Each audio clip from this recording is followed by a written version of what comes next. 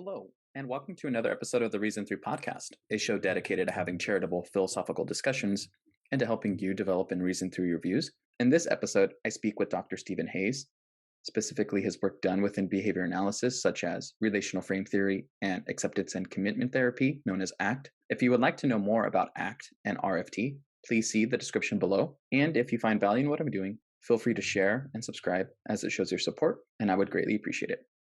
And without further ado, I bring you Dr. Steven Hayes.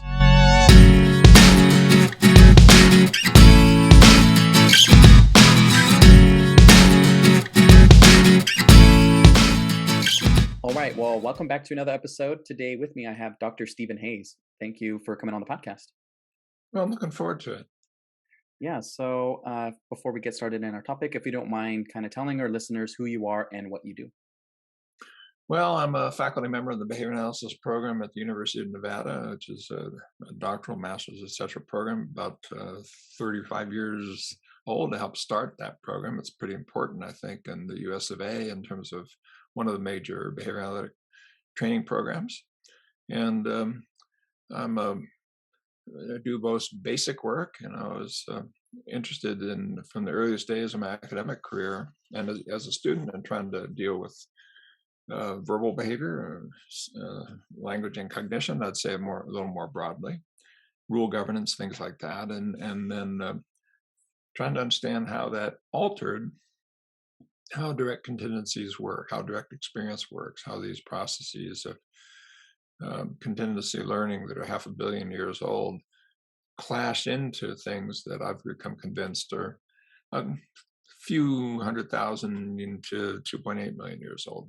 And that creates a lot of problems when you begin to get higher levels of use of verbal behavior. You don't see it when you're dealing with severely disabled children, but even by the time they do a stimulus equivalence, you do.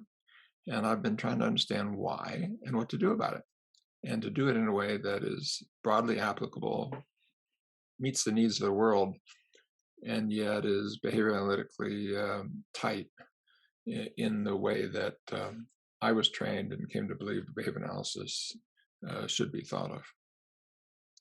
Yeah, so kind of earlier in your life, how did you get into either psychology or just behavior analysis in general? Is that something that people in your life influenced you, or something kind of in school you were kind of like, hey, I like psychology or learning about behavior? Well, that's a complex question, but I was interested even in high school of peak experiences and how to have people come together and prosper as individuals and as groups. Some of that interest included an interest of that's pretty common. People get into this field of why were my parents so wacky? I mean, why were they so disturbed? How come they were so unhappy? How come they got in their own way? But really, I was more focused on prosperity than I was on problems. And people like Maslow and stuff like that I thought were really cool, but I didn't like the idea that, you can't really do experimental science. It has to be different. I mean, they were scientists, the Carl Rogers and Maslow's of the world, but they didn't think that the animal learning traditional experimental kind of tradition could do it. The book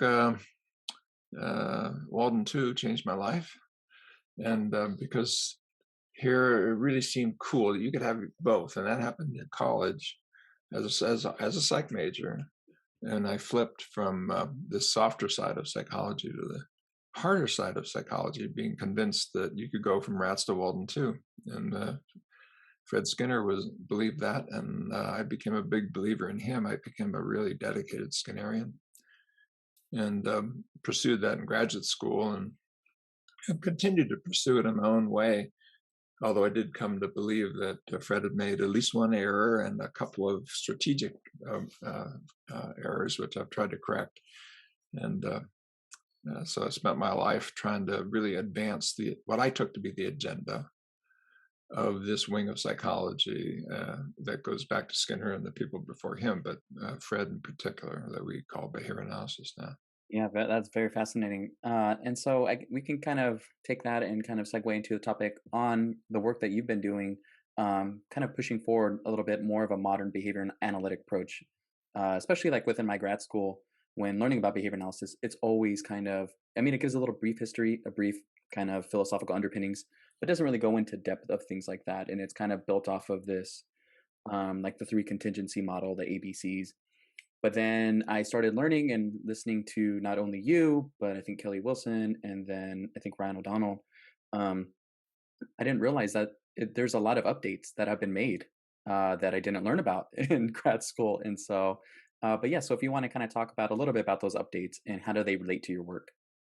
Yeah, direct contingencies can do a lot, and I came in with that kind of interest in prosperity, my earliest work, because I had a hard time getting into graduate school at all because the good Father Cyclic thought I was a drug addict and said so in his letter, but didn't tell me.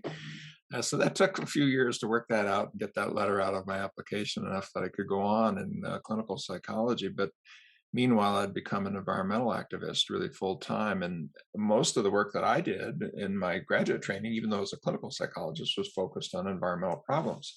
And the earliest work, I did a book called Environmental Problems, Behavioral Solutions. It's still in print, sadly, today. It's sad because the reason it's in print is to this day, there's not a replacement text to talk about what behavior analysis can do in the area of environmental problems. And it was all focused on direct contingencies and things like feedback and so forth. And that's wonderful. I mean, in my dissertation, I showed that thing that you get in your monthly bill, that they'll compare your energy use now to a year ago. I was the first person ever to evaluate that. And another person did, and then it was spread through the country by the Public Utilities Commissions, and it'll save 3% of the energy use. It's a good thing. But it'll only take you so far. And I think you can see right now, just with things like immigration or climate change or the disparity of wealth or the Me Too movement or racism.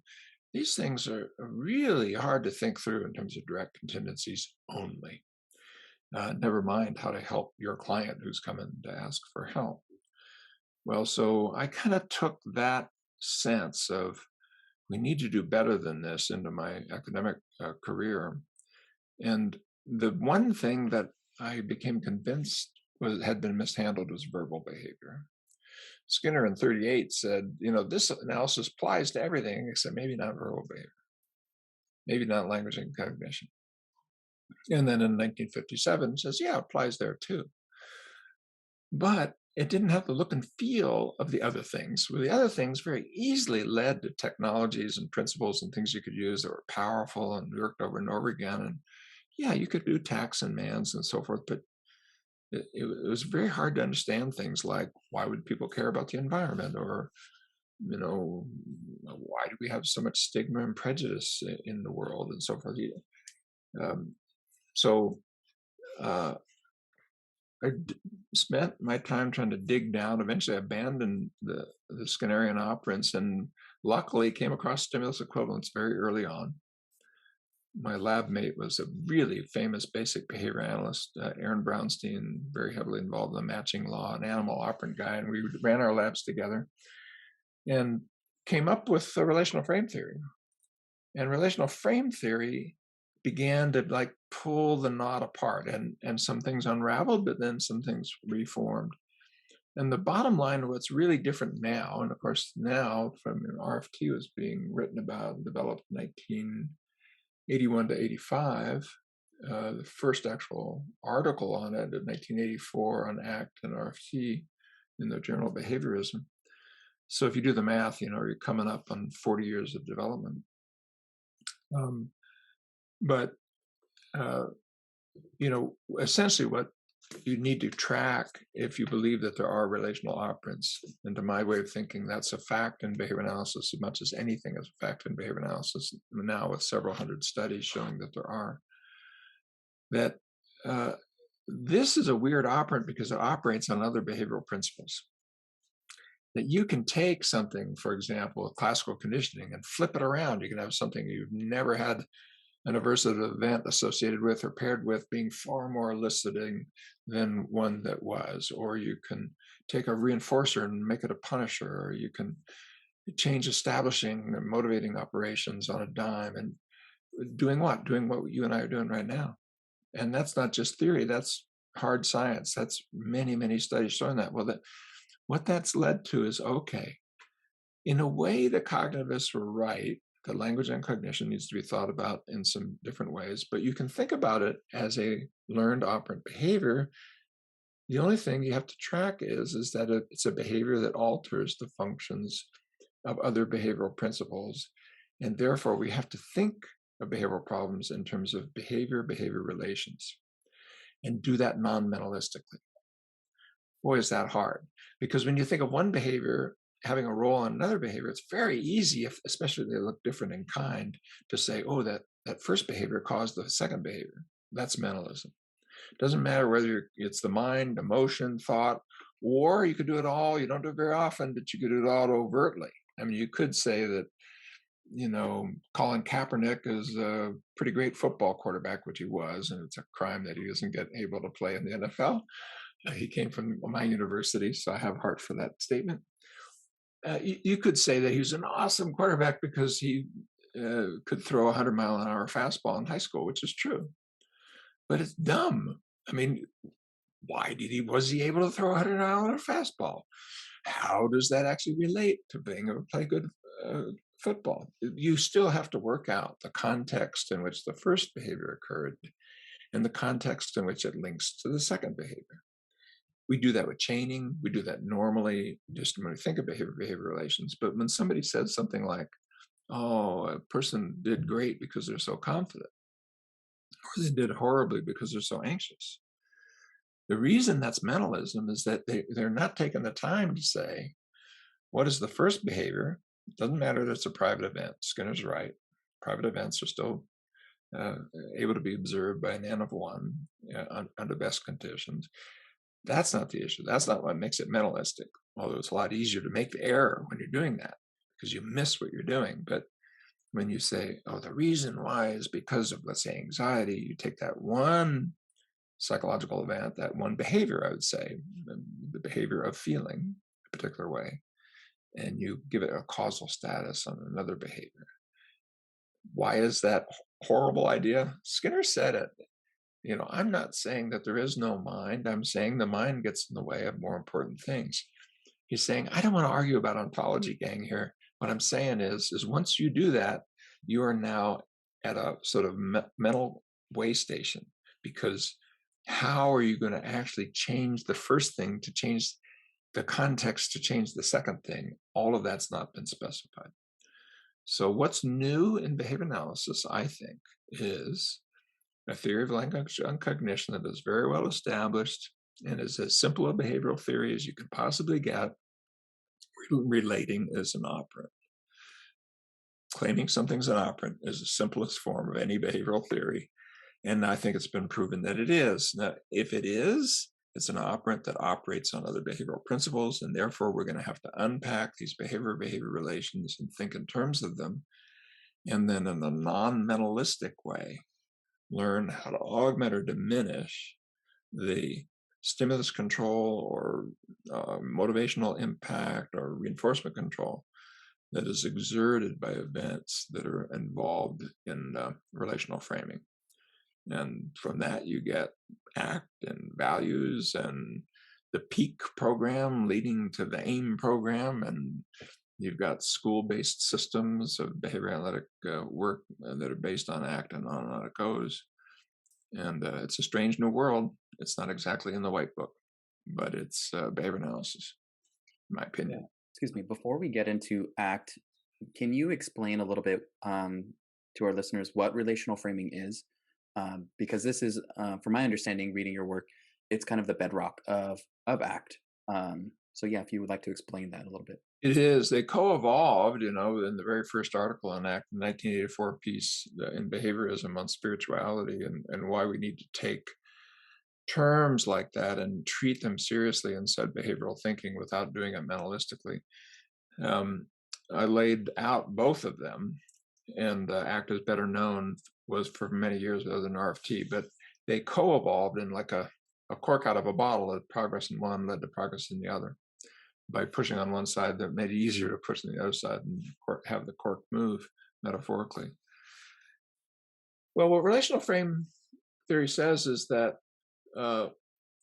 human beings, probably based on their evolutionary principle, the evolutionary role as the social primates, in which cooperation was so critical to their survival because of their evolutionary history in small bands and groups, uh, initially created a speaker listener unit in which, for example, naming of an object could lead to social provision of the object, so that the hear say or see say relationships came into a socially coordinated network.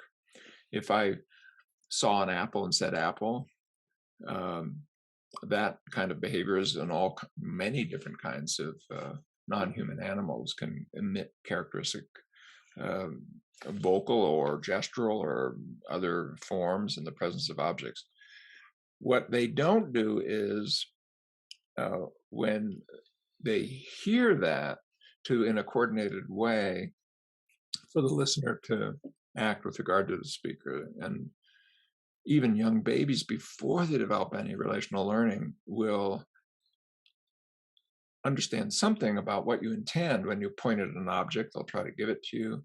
If a stranger comes in and points at the object, it depends on what is happening there. If the stranger was playing with the kid and I was doing cleanup time, points at the object, they will try to put the object away. So, you know, even before language, we're responding to that. And there's a longer answer than you probably meant, but I'll land the plane soon.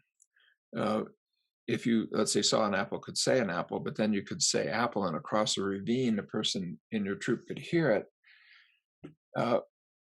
and orient towards an apple, and perhaps even bring it to you. That would be massively important to you as a cooperative group. It's also a kind of a social version of symmetry in equivalence. And it means that the verbal community that Skinner talked about could be formed in ways that made sense. There weren't just, and then magic happened and there's a verbal community.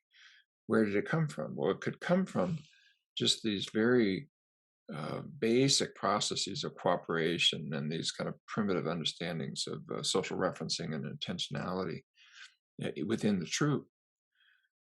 Once we get that far, once we have equivalence, if we can train, for example, a 12-month-old, which is about the age in which they do it, and we do have to train them. We know if you raise kids in a box, they don't do this. Feral children, children who are abused and put in closets and just given food and things like that, and don't develop equivalence. You have to learn equivalence. You're prepared to learn it.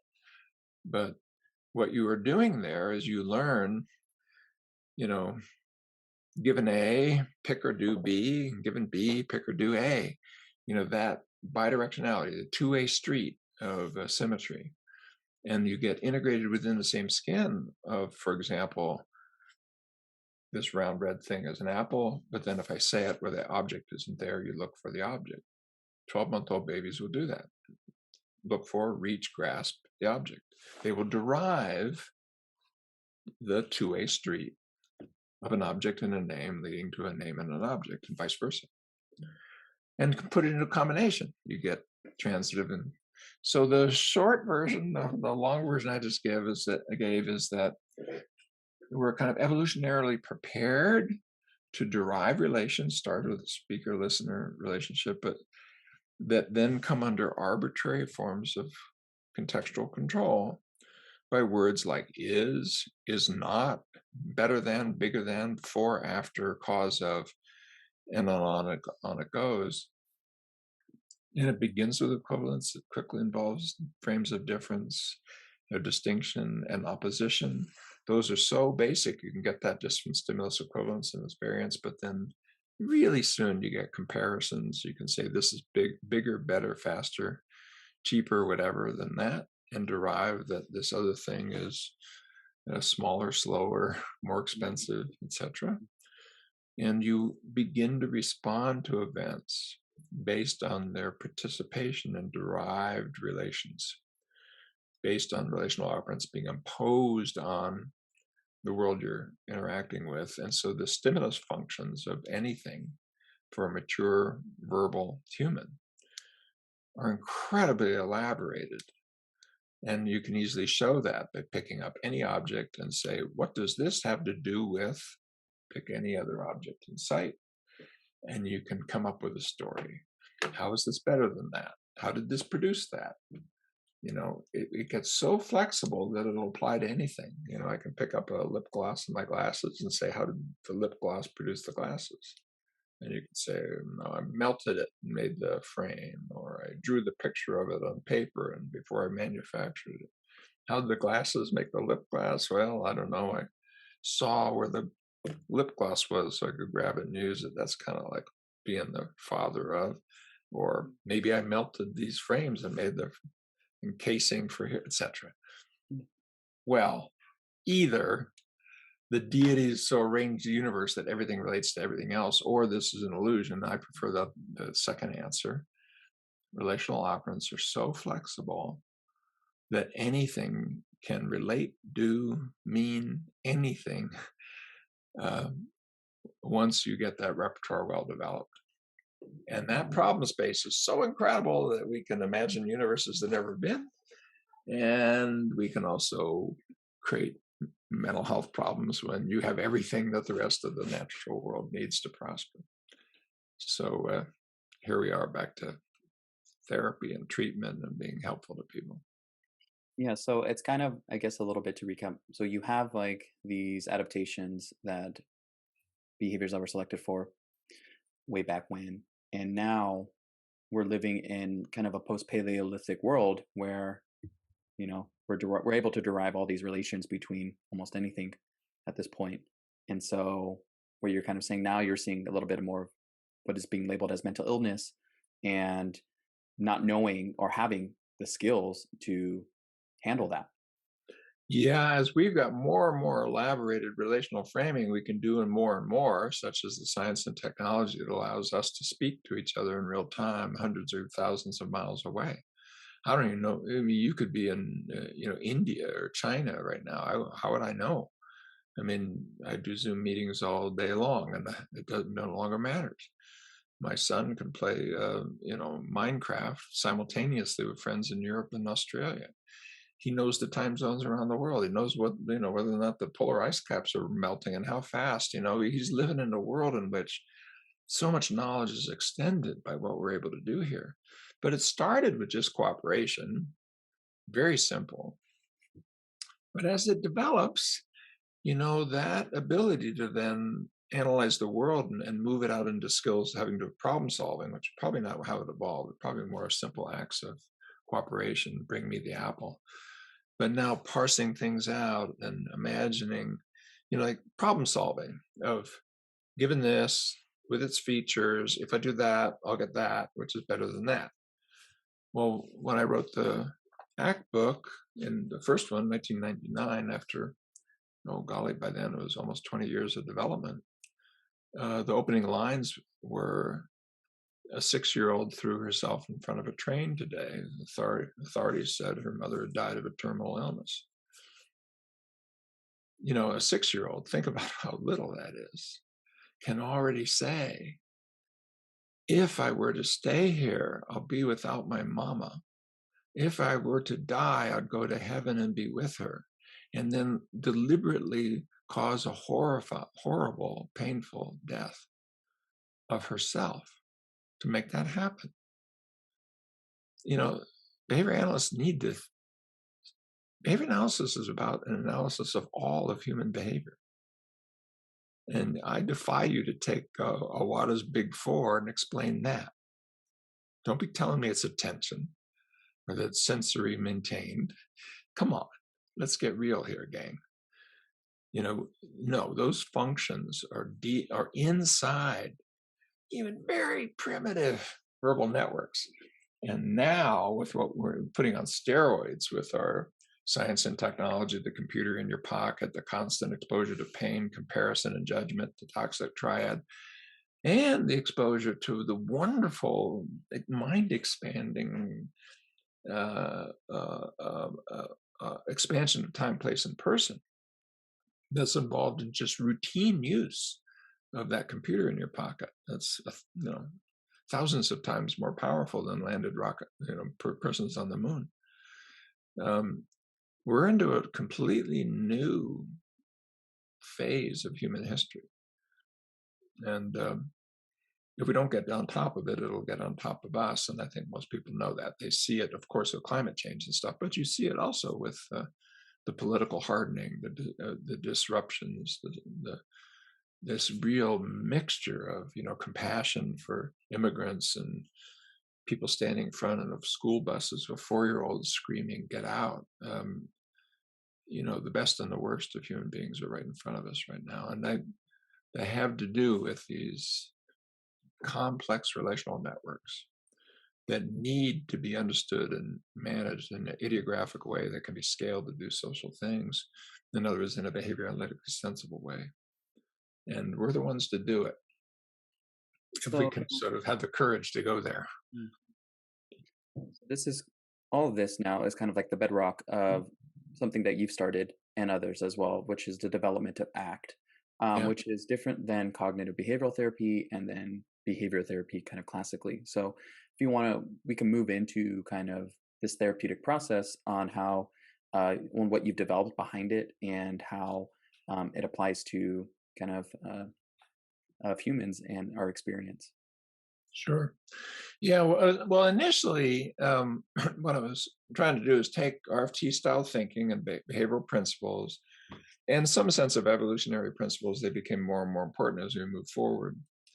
And Skinner's dying word was about evolution, and I knew that. I mean, I was always an evolutionist. But so evolutionary principles, basic behavioral principles, as expanded by RFT, was the toolkit.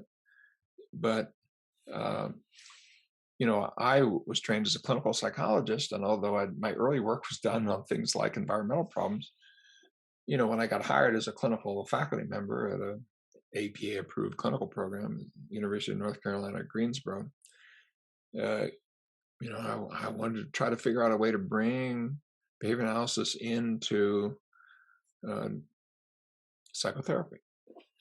And it wasn't really clear to me how to do it. We had some good models. Skinner wrote a lot about it, actually, and Charlie Furster wrote about it with depression, things like that.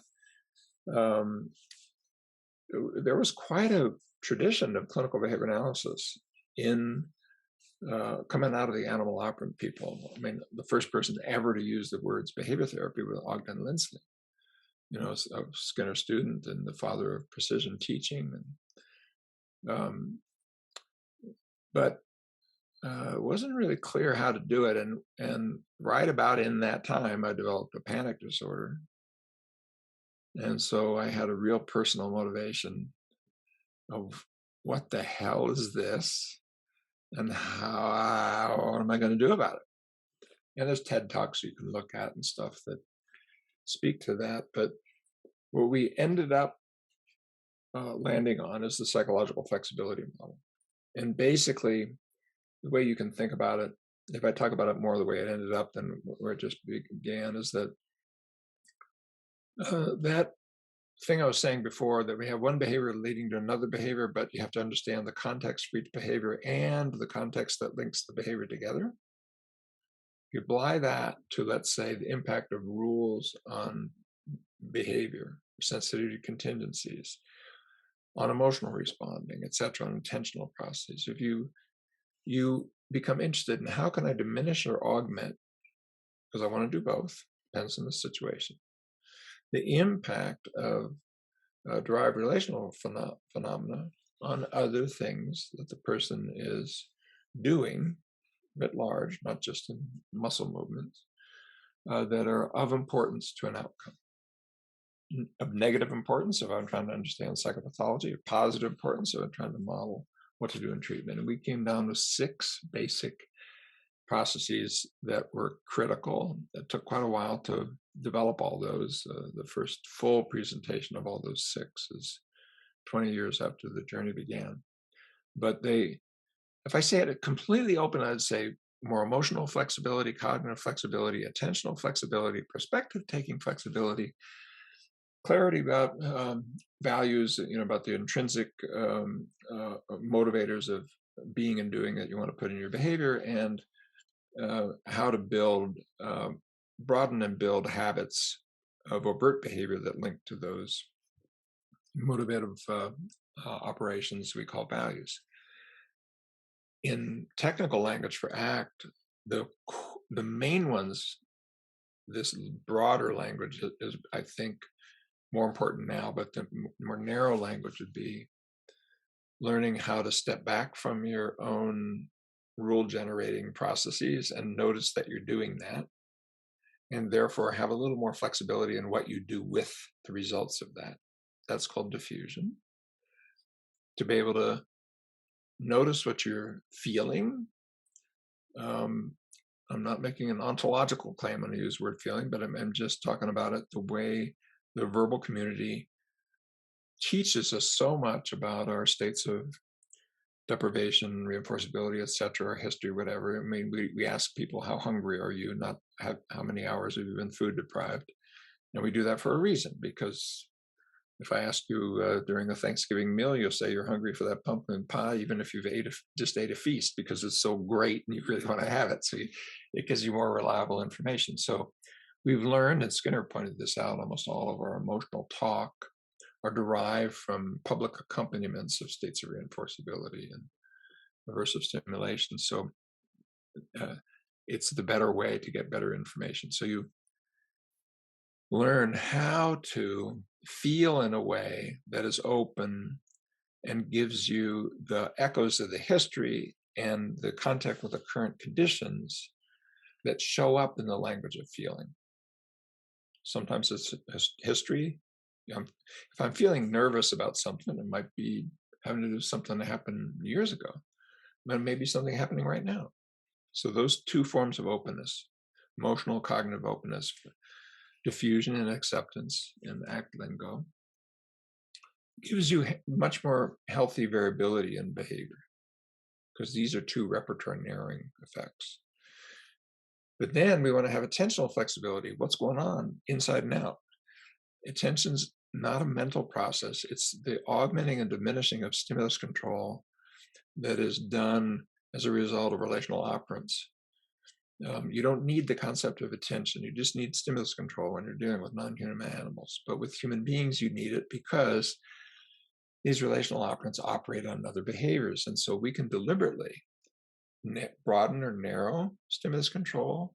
We can shift or stay. I mean, I can ask you to attend to what your left foot feels like, and then shift and ask what your right foot feels like. And the stimulus control is now different. The feet were there all along, but an old bald guy making sounds is enough to make that shift happen. And I can broaden it. I can ask you to see what both feet feel like. I can narrow it. No, focus only on your right big toe. A behavior analyst who's also the editor of the journal Mindfulness, Nirbhay Singh, has shown that just doing that with children with developmental disabilities produces a really significant reduction in many forms of negative behavior on the schoolyard, aggression, things like that. Just literally grounding the person in awareness of the moment and just using soles of the feet, because it's a lot less hoity-toity than following the breath or some of the other more traditional kinds of things. Well, what you're working on is attentional flexibility, broaden, narrow, shift or stay. This beginning journey in ACT, that 84 paper argued that Skinner's idea that you not only see, but you see that you see, and that's the core of self-awareness and of self-control. I wanted to expand it, and the article is called Making Sense of Spirituality, to know you see, and you see that you see from a consistent perspective or point of view. You learn that I here now see that I see, and that you there then see something different. I can imagine being you. I can imagine what you might see on your screen listening to this old bald guy talk. And you are not seeing what I'm seeing, which is a guy with hair. You're seeing a guy without hair. Right? I can imagine that. And that ability to shift perspective taking is central, I think, to this kind of sense of an aware being. Now, it can be mentalized. You got a little homunculus in your head, but it doesn't need to be. It's a behavioral skill of perspective taking. And it's really important because you want to be able to go inside the other person's skin and get a sense of what it's like to be them. All kinds of things require that, social stories with children, etc. So those are the central ones of perspective taking, flexibility, and attentional flexibility. And evolutionarily, well, the first two augment healthy variability. The second two augment healthy grounding in the current context, because you're now noting what's present from an I hear now or conscious point of view. And the final thing it needs to land to make evolution work, because you need healthy variation in context, it needs to be selected and retained. So what is it going to be selected by? And there we get into relational operants altering in a positive way what the reinforcers are. What do you want to have your life be about? Why are you doing this podcast? I mean, it's a lot of work, right? It's got to be about something. Is it about fame or fortune? If it is, you picked the wrong thing to do. I know a lot of podcasters, they go be fame and fortune. My guess is not fame or fortune. It probably has something to do with like being there of service to others who are there to serve people who need help. And you're kind of, I'll put words in your mouth. You tell me. Advancing the ability of behavior analysis and behavior analysts around the world to serve people, do good in the world. I don't know. That's a values deal. It's verbal, but it alters. It's like a motivative stimulus. It's like an establishing stimulus or a motivating stimulus, but through derived relational responding. And then once we're there, okay, what does that select? What are the actual behaviors, the actual things you do that take advantage of this flexibility?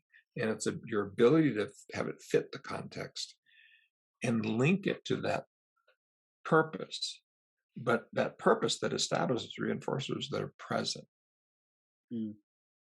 Because if you were willing to tell me why you're doing this podcast, those reinforcers are present right now.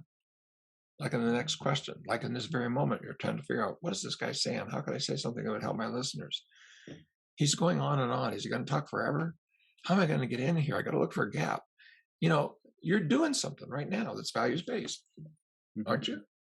Yeah. And it's so funny because I was thinking about, okay, there's a few things I was thinking about as you're talking. One is right before this podcast, right before we got into this episode, I noticed like I was getting really anxious. Like, what am I going to say? How are we going to do things? Where's this going to go? And so, if we don't mind, I would like to take this experience that I was having before and kind of walk through ACT in a way that's going to be relatable for everyone to where. Awesome. We got all 6 here. We can do it. And we got all 6 processes. We got what we need. Let's unpack it. Perfect. Okay. So right before, it's just the story I'm telling right now. So right before the podcast episode, you were going to come on, you're going to sign on. And I'm like, okay.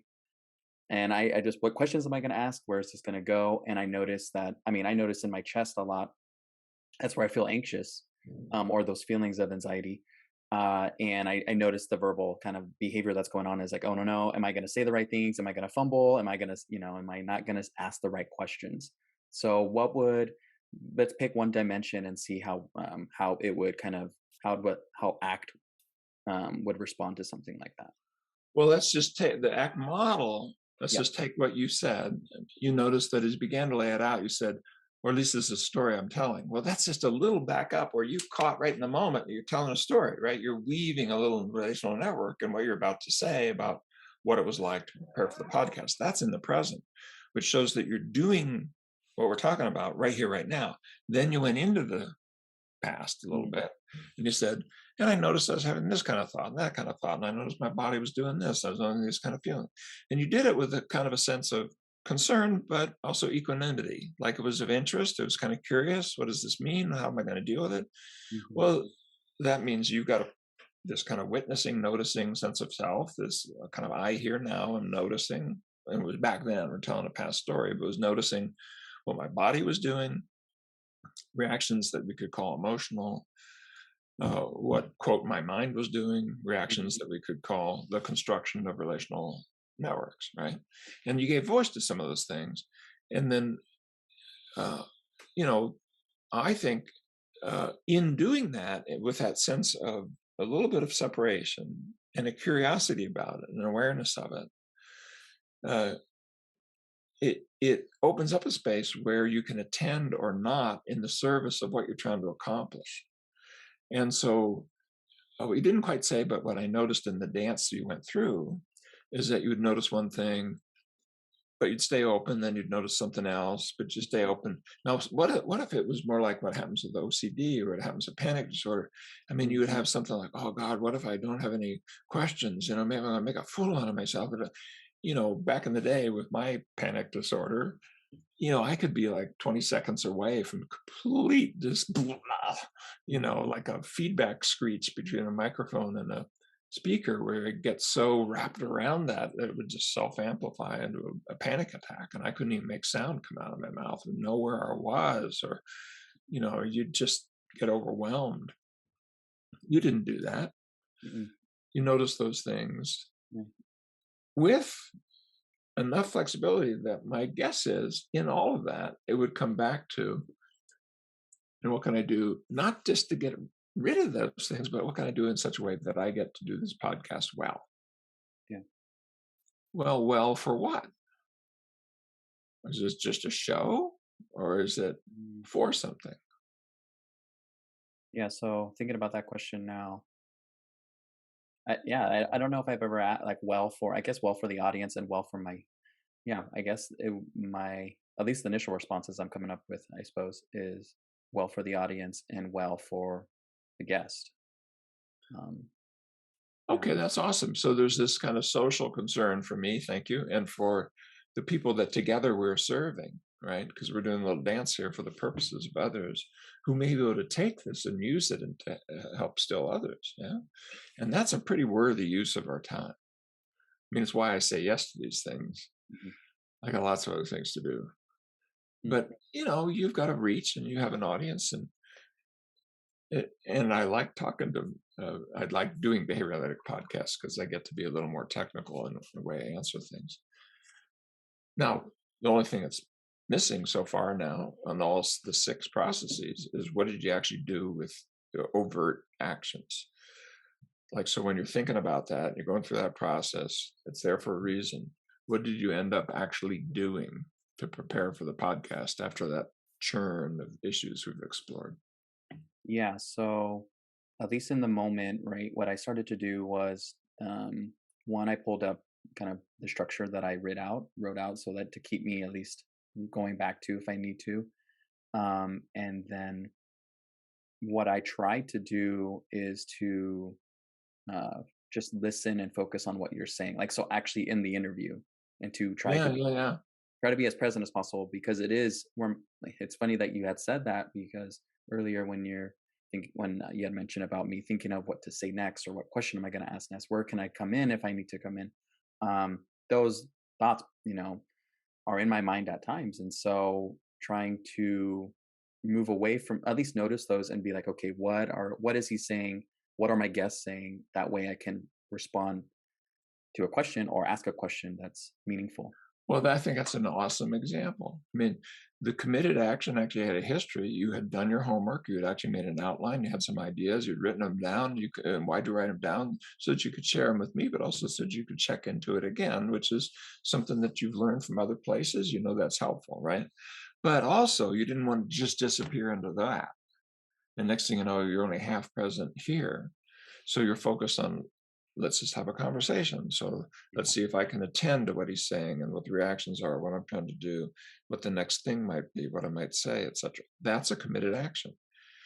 You are, for values-based reasons, deploying behavioral skills that you have around attentional flexibility, staying in the present, uh, listening, allowing yourself cognitively to react to it in ways that maybe will help serve the listeners. If you see inconsistencies in what I'm saying, you might point them out, or themes in what I'm saying that might be worth drawing out. You'd be ready to do that because you're listening. We've all been in conversations where we space. If you went into a conversation and you space, Mm, You're going to go back to your outline and say the next question, no matter what I say. mhm, And the listeners won't know why it's a little off, but they'll detect that it's a little off. And you know that, and that's why you're not doing it, because you want to do something that's alive. It's a genuine conversation, has a feeling of authenticity. I mean, you can pick up when people are just going through rote bullshit, through stuff. You can pick it up. yeah, The audience can pick it up, right? And if you're here to serve the audience, you don't want to do that. You want them to be engaged, but you also want to draw as much as you can. Those are committed actions. mm, And so all six processes are right here, right now, in me, in you, in the listener. And the cool thing about psychological flexibility is once you get it, it's like everywhere. mm, And yeah, there's protocols. There's, acceptance and commitment training or acceptance and commitment therapy. You can call it different things in different contexts. And don't turn it into a little golden box that has, firm, thou shalt not enters into it. You can take anything from science should be empowered by that, or throw away the model, because that's what the model's for. mm, If it's not telling you what to do with anything from from chaining to token economies, from discrete trial learning to, then it's then it's not helpful to you, what you're trying to do. And so one reason you said at the beginning, that I was one of the persons who developed it. And that's why I always said I instigated it. I lit the little match, but then other people brought the wood and made a big bonfire, because these six processes go everywhere. And it's up to us to learn where they go, what else needs to be added, and how best to mm. deploy them. So it's a growing organic thing, and you can sense that in behavior analysis. As a behavior analysis are waking up to this thing that's been around for 40 years, but they're ready really now to use, because they need it for their parents and for the higher functioning folks they're working with. They need it for organizations. They need it for staff, and they need it for themselves.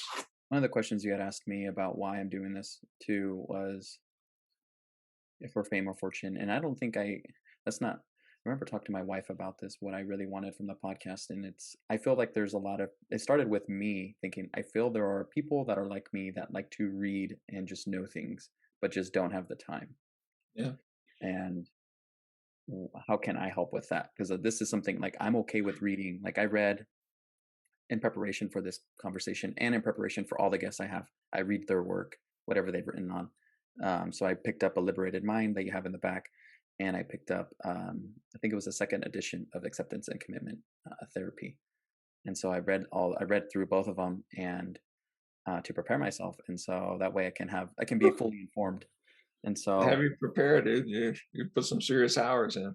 yeah, and so I did, and um, but to me, when I look at it, it's like I'm willing to do that work, and for listeners or whoever finds value in what I'm doing, just be like, here's someone already did it, and I'm just listening to what the professionals say and questions that I may have that he's asking, and so that's kind of how I guess what's keeping me going. Part of it, I suppose. Yeah, that's awesome, and that I can see the importance of it. And if the listeners really feel your commitment to it, and you're able to bring things to them that are useful, that maybe they are not having time right now to read the original ACT book in its second edition and A Liberated Mind, but they want to take advantage Mm, of some of it's there, and maybe they'll be able to get to actually reading it. But not, I've got a stack of books in my bedroom that I'll never read. You probably do too. I mean, uh, I read some of them, and I hope to read all of them. But so those hours you spent, those committed actions, are then bringing value into others and their capacity to do the same thing. mm, The barriers, not the same thing formally, but the same thing in the sense of what their particular values are, what their particular habits they want to build for their particular context, for their and dealing with their own barriers, what they might be. I mean, you might have barrier X, let's say, self-chatter about what am I going to do a good job as an interviewer. Somebody else may have self-chatter about, am I a worthy human being and do I belong on the planet? And they're dealing with suicidal thoughts. I mean, the people in this audience, I bet you, have all different kinds of problems that emotional and cognitive openness would help with that keep them out of the present moment in a way that allow them to focus on what they care about and get their feet moving in that direction. So those little things you do fit into the many things that your listeners are doing, good, bad, and indifferent. And that's exactly what the ACT journey is about, is to really try to, best we can as behavioral scientists and as individuals, figure out what takes us into cul-de-sacs and what puts us on the highways of life, and Mm. um, learn quicker and faster rather than just by trial and error being beat up by life. And why? So that you can live more empowered lives. Back to why I wanted to be a psychologist in the first place. Yeah.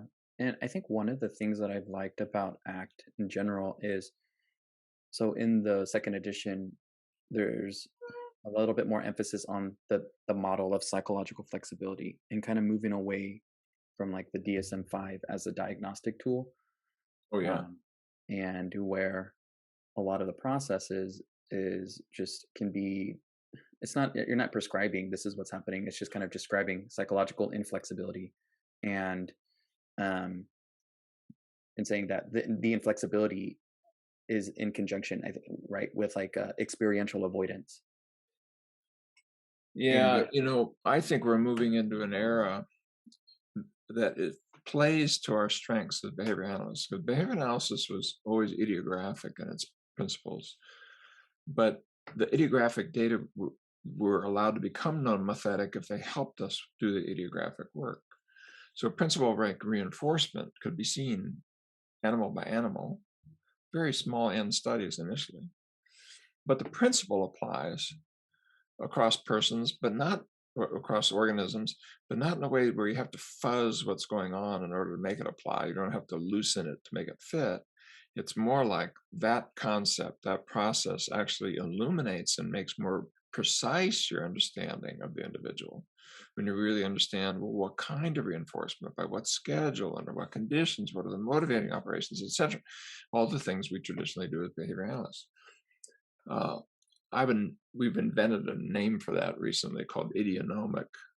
And the reason we wanted to is that the vast proportion of psychology out there is trying to do normative instead of idionomic concepts, top-down categories that are derived from means and medians and standard deviations of the overall group, with the hope that that'll apply to the individuals. Well, I've become more and more convinced, and more recently been talking about a lot, the fact that this behavior analytic instinct that it has to be individual first, then made nomothetic, but only if it helps us understand the individual, that is scientifically not just to be preferred or argued for, a la Skinner and Sidman and all of our heroes who did that. No, it's actually scientifically required. There is no option. And that's not dogmatism to say it. It's not being shrill. I've become aware recently, only in the last couple of years, 3 years, of a thing called the ergodic theorem. Have you ever heard about it? mm-mm. I got to share this because the behavior analytic audience needs to know this. It's so important. And my writings are more and more in this vein. So if you want to follow it, you can go to stevenchayes.com and say, yes, please send it to me. I'll put you on my newsletter list. And I'm writing more and more in my blogs about idionomic understandings and ergodicity, the ergodic theorem. Mm. The physical statistics worked out in 1874, and it was mathematically proven in 1931 and 1932 in back-to-back issues of the Proceedings of the National Academy of Science by two world-famous mathematicians, von Neumann and Birkhoff, that in principle you can never go from the collective to the individual unless the phenomena are ergodic, which means they're stationary, they don't change, and the same dynamic model applies to each and every one. Well, unless you're treating frozen clones, uh, this does not apply to human behavior. This does apply to noble gases. You can know what the molecules of noble gas is doing by just looking at what the volume of the gas does. But I can't know, what this dude named Jacob's doing by Mm. knowing, the means and standard deviation of the collective that you're in. Mm. I don't care how well the research is done, it's mathematically impossible. So my higher volume voice is coming out of time is up. The DSM is a train wreck because it violates the ergodic theorem. IQ is a train wreck because it violates the ergodic theorem. Psychometrics is a train wreck because it violates their personality theory is a train wreck because it violates the ergodic theorem. And the stuff that behavior analysts hate, like stage models, normative categories put atop people, all that kind of stuff, we should hate because it cannot do what it says it means to do. Mhm. It's fine as group only, but people think it applies to them, and it doesn't. And sometimes in the exact opposite ways. The example I always use is a quick one, but it's a really good one. It's an example of something that's been called the Simpsons paradox, first written about in 1950. It's linked to the ergodic theorem as only more recent, but it's kind of a concrete instantiation of the ergodic theorem violation. If you get a group of people, I don't care what the group is, get a big enough group and ask them to type, the fastest typists will be more expert and make fewer errors. Do you doubt it? Of course you don't. Faster typers are more expert, they'll make fewer errors per word than hunt and peck slow typists in a group. Correlate errors and speed. Faster means fewer, corrected for the number of words at the level of the group. Every single typist, without an exception, makes more errors when they try to go fast. So you've got the within person reality 180 degrees from the between person reality for reasons that we could understand. But think about this in terms of what you get when you go to a pediatrician about your child not walking, and they say, "Oh wow, did he crawl?" And no, it didn't. Oh, it didn't crawl. No wonder you have to crawl by 9 months. If you don't crawl by 9 months, you're not going to walk by 12. Yep. No, that's not true. There's 13 different known idiographic pathways to walking. There are some cultures that prohibit babies from crawling, and they work perfectly well because they have parasites in the ground and so forth. So Mm. we're living inside 150 years of means and standard deviations as the model of human reality, and we're paying the cost. And there's only a few wings of science that fought the good fight. A few developmentalists, the behavior analysts, that's about it.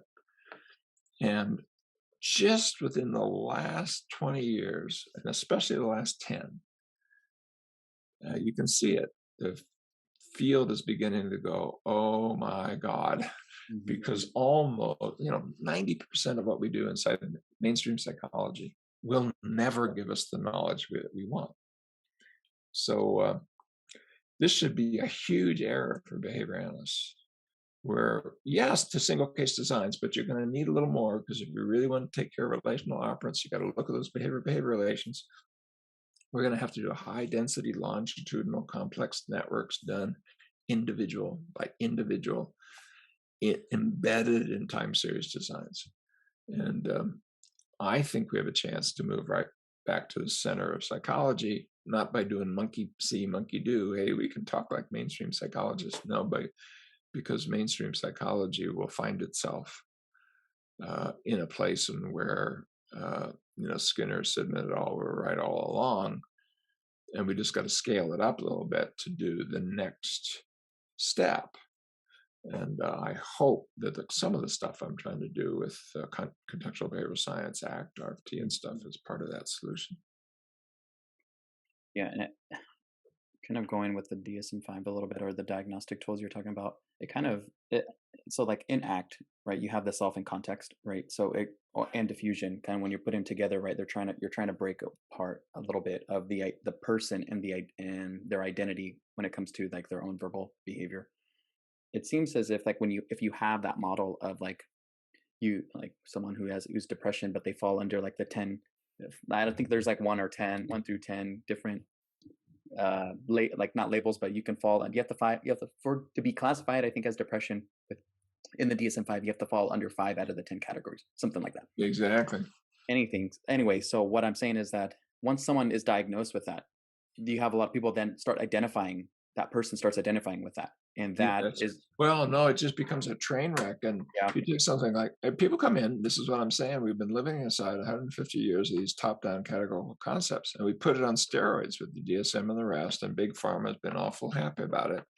You have major depression. It may be based on a neurochemical imbalance. Yeah, it may be based on monkeys flying out of my butt. You didn't say it is based because you can't, because the science doesn't say that.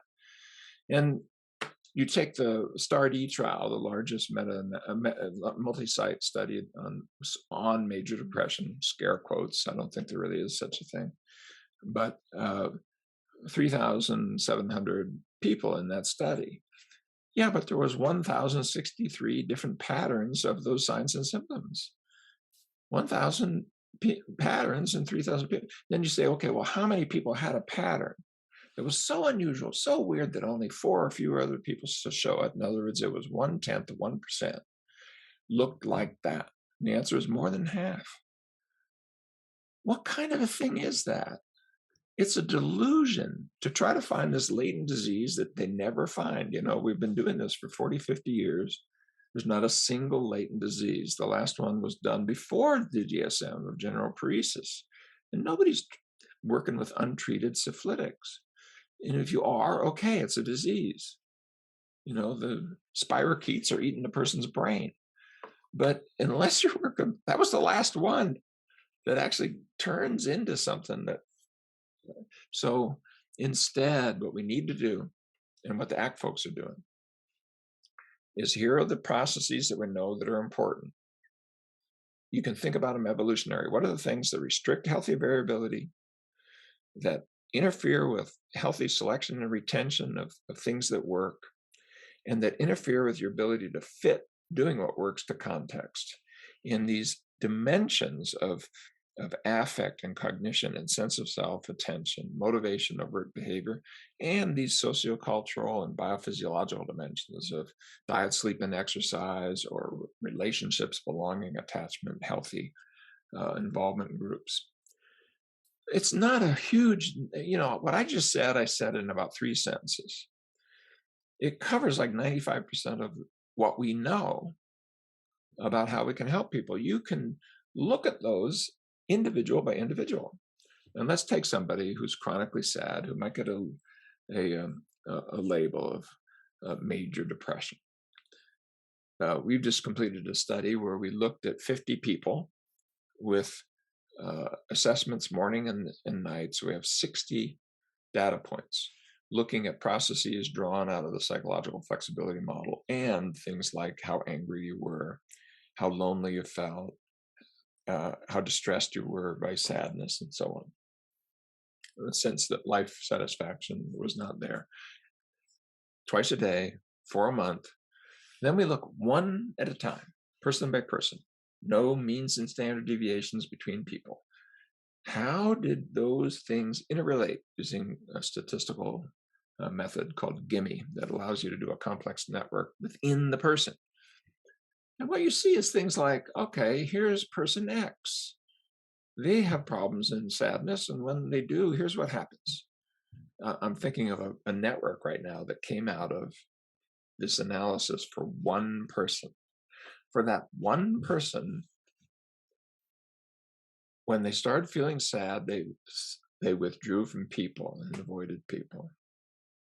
When they avoided people, they had a sense that there was nothing meaningful to do in their life. When they had a sense there was nothing meaningful to do in their life, they started spacing out. they would kind of lose where they are. They weren't attending to what was even present. They're kind of going numb and mindless. When that happened, they felt more sad. And when they felt more sad, they withdrew. And if they withdrew, they didn't have anything important to do. They spaced out. They spaced out. Okay. Over here, we've got a sense of personal importance. There was times where they could say, this is of importance to me, but it wasn't linked to overt behavior. It just sort of sat there. And it actually linked over when it didn't lead to that, to a sense of being stuck. So now anybody hearing what I just said, if you knew nothing about that at all, if you just heard what I just said, for this one person, it's a functional analysis. My guess is you'd say, maybe I need to work on when the person is feeling sad, they should learn how to connect with people instead of withdrawing from people. Or maybe we got to figure out a way for this person to have meaningful challenges. Maybe what we should do is have the behavioral challenge you have be linked to what you say is of personal importance, instead of feeling stuck because it isn't linked to anything. Your values are mocking you. Or maybe when you got that sort of sense of, instead of spacing out, I should teach you how to sort of be more present. That would, any one of those three would bust up that network. And it's a self-amplifying network. So just even one of those things might have completely reorganized the network, might have been the key to unlock it. Are you going to get that out of these words? He has major depression. No, what you're going to get is a pharmaceutical script or a one-size-fits-all protocol. That's not what we do in behavior analysis.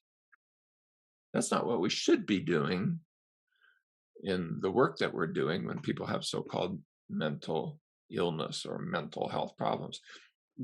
And then you realize that if you can solve that way, you can solve diet, sleep, and exercise. You can begin to solve things like, social involvement, or, being engaged in more intimate and empowering relationships. So social wellness, health, physical health, and mental well-being can be fostered by, and this is an empirical fact, by processes that will help unlock what we call mental illness. But it's not a freaking illness. You didn't catch it on a toilet seat. It's not a disease, and it's not one size fits all. It's your particular way of getting in your own way. And if I understand that, just like what functional analysis is here for, I can bring the kernels, not the whole shooting match of every evidence-based method I can think of, like some sort of big old kitchen sink gumbo that everybody has to eat. No, what does this person need? That's why I feel so much excitement for us as a behavioral analytic tradition, because we are so well positioned for what comes next after the DSM. And everybody knows this is now a joke. Everybody knows this will never work. And if they don't know it mathematically through ergodicity, they at least know it by all the billions that are spent without any positive outcomes, or with hardly any positive outcomes for that amount of money. Question I was having is that if you could, a flick of a wrist, where would you want to see behavior analysis go? And then would you want to remove DSM-5 and all of that? Well, those two questions. I mean, where I would say behavior analysts, mainstream behavior analysts should go, the single most important thing, but then there's a couple that'll quickly follow, is we need a modern theory of language and cognition. And time's up. There's just more data on RFT than there is any other approach in terms of its breadth and the precision of its applicability. There's not a single empirical reason not to take relational operants seriously. I think they are now at a status that they should be called facts. I don't want to bully anyone, but so if you have people saying, I'm interested in verbal behavior, but I don't want to study RFT, that should be kind of like saying, I'm really interested in behavior analysis, but I don't want to read any behavior analytic texts. I mean, you don't get to say that anymore and still have credibility.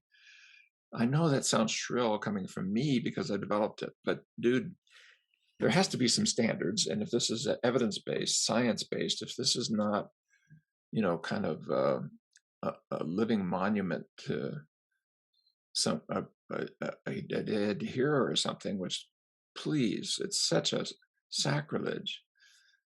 I mean, yes, Skinner, Keller, Sidman, yes, yes, of course. I mean, but they were heroes precisely because they were willing to break the mold, push out into new areas, invent preparations, invent measures, invent concepts because the data led them to it.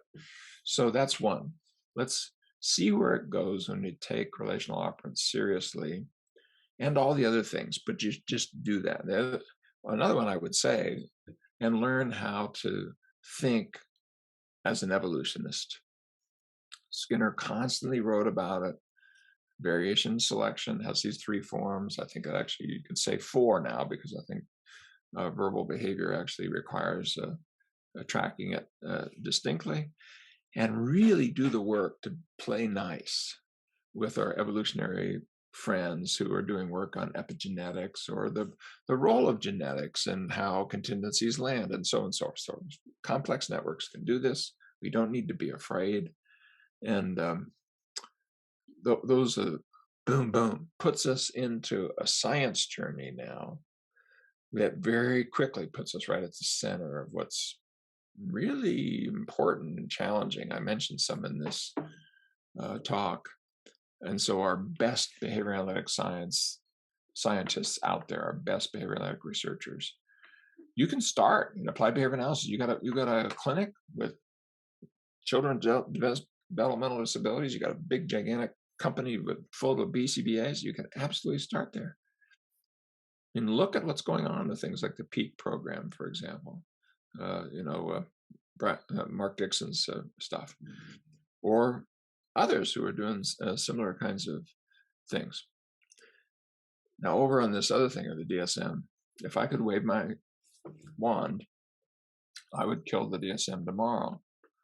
I think it's actively harmful to human health. And we need a replacement.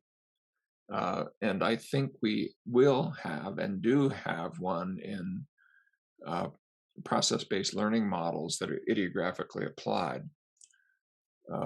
But am I ready for major science organizations to come and look in the underwear drawer and say, are you ready? No, I'm not. And nobody else is either. So, we're 5 years away, 10 years away, something like that. We're not a millennia away. We're not 100 years away, not 50 years away. We're just a couple handfuls of years away from being able to step up to that. Meanwhile, what I'm doing to try to answer that question, if you don't mind me just talking about how I'm actually spending my day. For the last 2 years, especially, I've been working on developing measures and analytic tools, statistical ways of analyzing high density longitudinal data. And I'm working very hard to put them into apps. And I'm working hard to make sure that the app as it goes out for this use is free. We'll fund it other ways, but for this use, what use? Diagnosing functional analysis of individuals and their difficulties by taking processes of change that are known and shown in the literature, the kinds of things that are in ACT, but not just that, and putting them into a high density longitudinal assessment systems that will kick out a empirical functional diagnosis that is understandable to practitioners, like what I just said earlier of this one person. When I pictured the network of that one's person, I can pick up another person and do it again. I mean, it's going to be idiographic, so it's not going to be one size fits all. It's not going to be you've got 5 out of 9 or 4 out of 7 of something. It's because you don't have anything. Your life is evolving in a way that isn't working because of how these things interlink. Now, if we can do that with the DSM, could we do that with IQ? I think we could. We've got 4 or 5 randomized trials now with major increases in IQ, especially in the parts of IQ that are not supposed to be able to be changed, using 4 or 5 months of RFT training, fluency-based training with relational operators. If you're not aware of that work, you should be, because it's getting bigger. The studies are getting more important. They're published in a higher level. Even mainstream developmental and cognitive journals are beginning to write about it. The ACT work, we're coming up on 1,000 randomized trials of ACT right now. We have 850, expanding at this incredible rate of one every 2 to 3 days.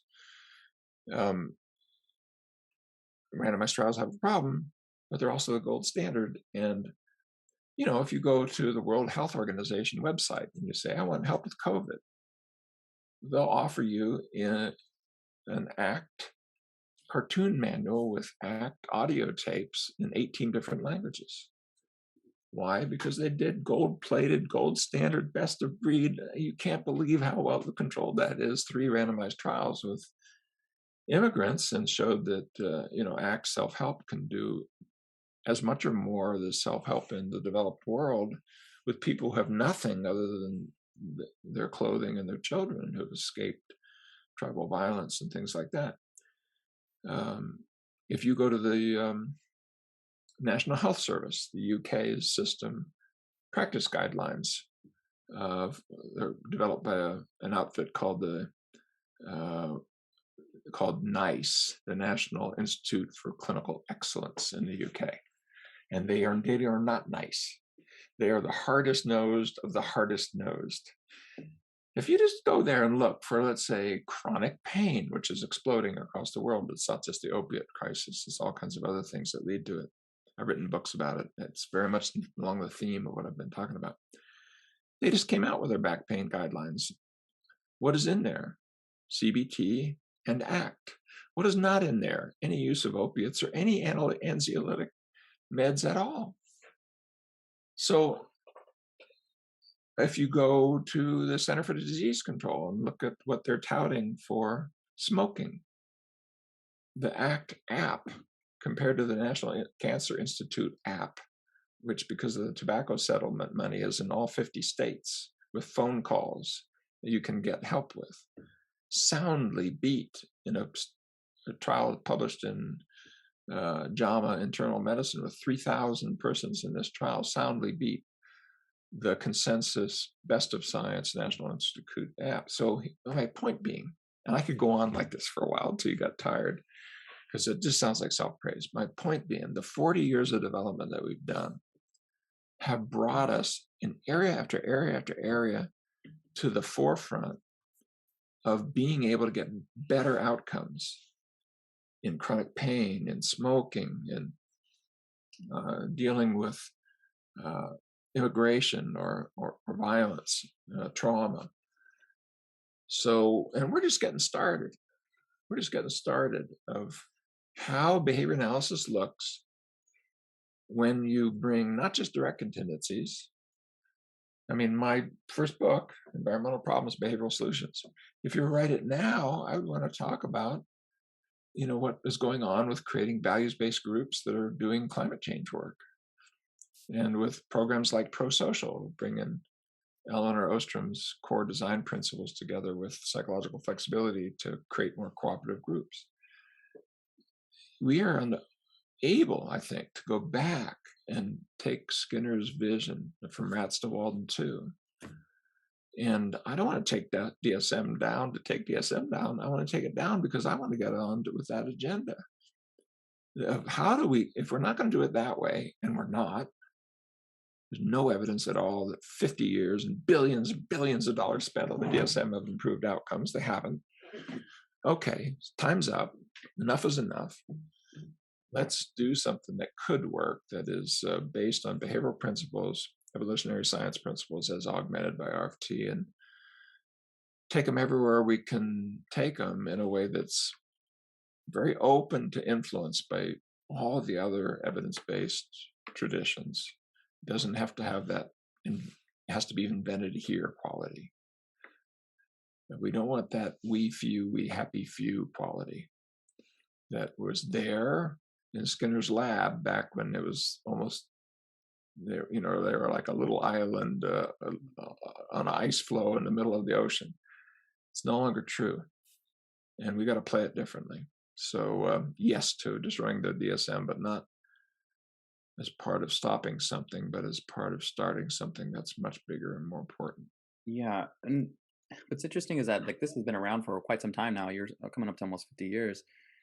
What what's like what would you say is the biggest um obstacle? Is it money? Is it just or is it just lack of it doesn't seem like it's lack of data. There's obviously the data there, but what obstacles are preventing moving away from? There's lots of data that it's a problem. There's lots of data that it's a failure. Even the NIMH stopped funding the DSM trials focused on the DSM. If people don't know that, they need to. They did that more than 10 years ago. Then they moved to what's called research domain criteria when Tom Enzel was the head of NIMH. But he put the finger on the scale and said, yeah, we're going to look at processes, but the ones that tell us what we know for sure are the developmental problems that lead to mental illness that are either genetic or in brain circuits. Well, that's bullshit, Tom. You don't know that. You don't know that. You made that up. Why? Because you're a biologically oriented dude. I'm sorry, excuse me, that's wrong. Sociocultural, psychological, of course it has something to do with the brain, but that doesn't mean the brain's the way to think about it. It doesn't mean it's a neurodevelopmental problem. And he's openly now saying he spent $20 billion and he didn't move the needle. And literally a quote from Tom Enzel, I hold myself personally accountable for that. Well, excuse me, I don't want your personal accountability. I want your 20 billion spent on things that could make a difference. And so I think it's not going to change. The problems are known. People, they no longer believe in it. They go through the motions because big pharma likes it. There's the money. The insurers use it to try not to pay on things. There's the money. But at least in the US. But I think until there's an empirical positive alternative that's easy to mount, easy to train, easy to use, with proven benefits, I think we need to have that app, that system diagnostic thing, not to categorize human beings. That was already a mistake, certainly not normatively, but to empower human beings by applying process-based knowledge to a functional analysis of their difficulties. Good old-fashioned behavior analysis will do that if you feed it with the right analytic tools and the right behavioral processes that are linked to behavioral principles, RFT, and evolutionary science. I think when those randomized trials come, because we'll have to do randomized trials on whether or not overall you get a better outcome there, it's now really belongs at the level of the group to go idiographically or idionomically, really different. And that's why I say, we're 5-10 years away, because it's going to take that much time, even though we're actively right now putting the elements together. But one reason I'm sharing it with your audience, and the reason I was happy to take advantage of this invitation, is that the behavior analytic practitioners are on the front lines of what could be a transformational change in our culture. And that was always our purpose as a field. And we kind of forgot it in the explosion of BCBA world linked to developmental disabilities, which is great and wonderful, and those are important things, but is limiting in this bigger agenda of helping the world to think in a more naturalistic and process-focused way that empowers individuals and doesn't just categorize and sort them. And so we are on the side of the angels. I don't know if I'll live to see it. I'm an old dude, but boy, I'm going to give whatever time the deities give me to try to move the ball down the road in the interests of our tradition and the values that it instantiates. Yeah, well said. Dr. Hayes, you've been more than generous with your time. Before we sign off or anything, will you tell the listeners where they can find you? Blog, website? Sure. I blog frequently at Psych Today, and you can go there and see what my rants are. I'm also some occasionally on Medium and some other ones like that. You can get my newsletter by going to stevenchayes.com and just click on yes, please send it to me, and it'll show up about every 4 or 5 or 6 weeks. If you ever get tired of it, it's a one-click opt out. I don't spam people. I do say what's going on, and there are commercial things in the sense of, hey, there's a course by me, etc. But even when I'm doing that, if I'm releasing a new course, I always give people a way to say, I don't want to listen to those commercials. Okay, just click here and you won't get me, but still stay on my list. So I try to really be respectful of how people want to interact with me. But there's a big society there, the Association for Contextual Behavioral Science, and many, many different special interest groups. And if you are the kind of person who joins, let's say, ABAI, you should belong to ACBS. It's just another face of the behavior analytic tradition, broader, has a lot more international, bigger. It has a lot of cool special interest groups and chapters around the world, 44 chapters in 18 different languages, 9,000 members, and growing. So there's ways of connecting into the community. If you're a person listening who is not a professional, there's a groups.io group I really like called Act for the General Public. So all those ways, and if you want training, you can get that, including really good online trainings that I've been involved with, and I have another one coming that I hope will be out within a year that's specifically for behavior analysts. There's also a book coming out by Jordan Bilal, Mark Dixon, myself on Act for Behavior Analysts.